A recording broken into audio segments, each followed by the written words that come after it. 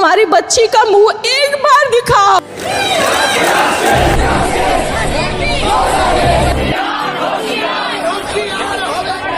Raping and murdering a 31-year-old on duty doctor.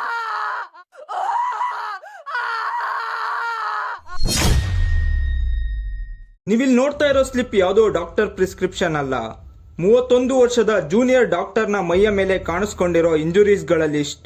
ಇಷ್ಟು ಗಾಯಗಳಾಗಿದ್ರೂ ತಾನು ಪ್ರಜ್ಞೆ ತಪ್ಪಿ ಹೋಗೋವರೆಗೂ ಆ ಕ್ರೂರಿಯ ಜೊತೆ ಹೋರಾಡಿದ್ದಾಳೆ.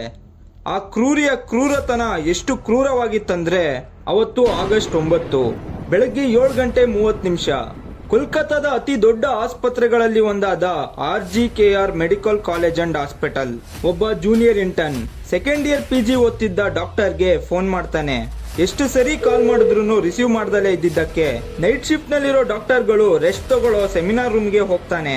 ಹತ್ರ ಹೋಗಿ ನೋಡಿದಾಗ ಅವನ ದೇಹ ಎಲ್ಲ ನಡ್ಗೋದಕ್ ಶುರು ಆಗುತ್ತೆ.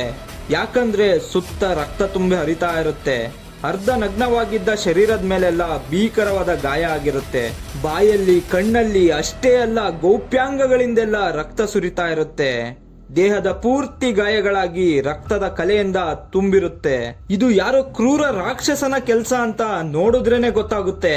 ಆದ್ರೆ ಕೋಲ್ಕತ್ತಾ ಪೊಲೀಸ್ನವರು ಮಾತ್ರ ಮೊದಲು ಸೂಸೈಡ್ ಅಂತ ಹೇಳ್ತಾರೆ. ಪೋಸ್ಟ್ ಮಾರ್ಟಮ್ ರಿಪೋರ್ಟ್ ನ ಪ್ರಕಾರ ಆಕೆಯನ್ನ ಉಸಿರು ಕಟ್ಟಿ ಸಾಯಿಸಿದ್ದಾರೆ. ಕಿರ್ಚಾಡ್ಬಾರ್ದು ಅಂತ ಬಾಯನ್ನ ಕುತ್ತಿಗೆಯನ್ನ ಗಟ್ಟಿಯಾಗಿ ಇಟ್ಕೊಂಡಿದ್ದಾರೆ.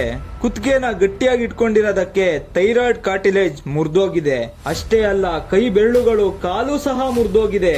ಆಕೆಯ ದೇಹದಲ್ಲಿ 150 ಮಿಲಿಗ್ರಾಮ್ ಅಷ್ಟು ಸ್ಪರ್ಮ್ ಸಿಕ್ಕಿದೆಯಂತೆ. शरीर में कोई कपड़ा नहीं था, पैर दोनों राइट एंगल में मिला गया. ಇದನ್ನ ಕೇಳಿದ್ಮೇಲೆ ಎಂತವರಿಗಾದ್ರೂ ರಕ್ತ ಕುದಿಯುತ್ತೆ. ನಾವಿವತ್ತು ಸ್ಟೇಟಸ್ ಹಾಕ್ತಿವಿ, ನಾಳೆ ಮರಿತೀವಿ. ಮತ್ತೆ ಇನ್ನೊಂದು ಇದೇ ರೀತಿ ಪ್ರಕರಣ ಆದಾಗ ಇದೇ ಸೈಕಲ್ ಕಂಟಿನ್ಯೂ ಆಗುತ್ತೆ. ಇದೆಲ್ಲದಕ್ಕೂ ಅಂತ್ಯ ಸಿಗ್ಬೇಕು ಅಂದ್ರೆ ಇಂಥ ಕ್ರೂರವಾದ ಕೃತ್ಯಕ್ಕೆ ಕ್ರೂರವಾದ ಶಿಕ್ಷೆನೆ ಕೊಡ್ಬೇಕು. ನನ್ ಪ್ರಕಾರ ಅವನ ಮರ್ಮಾಂಗವನ್ನ ಕತ್ತರಿಸಿ ಉಲ್ಟಾ ನೇತಾಕಿ ಕಲ್ಲಲ್ಲಿ ಒಡೆದು ಸಾಯಿಸ್ಬೇಕು.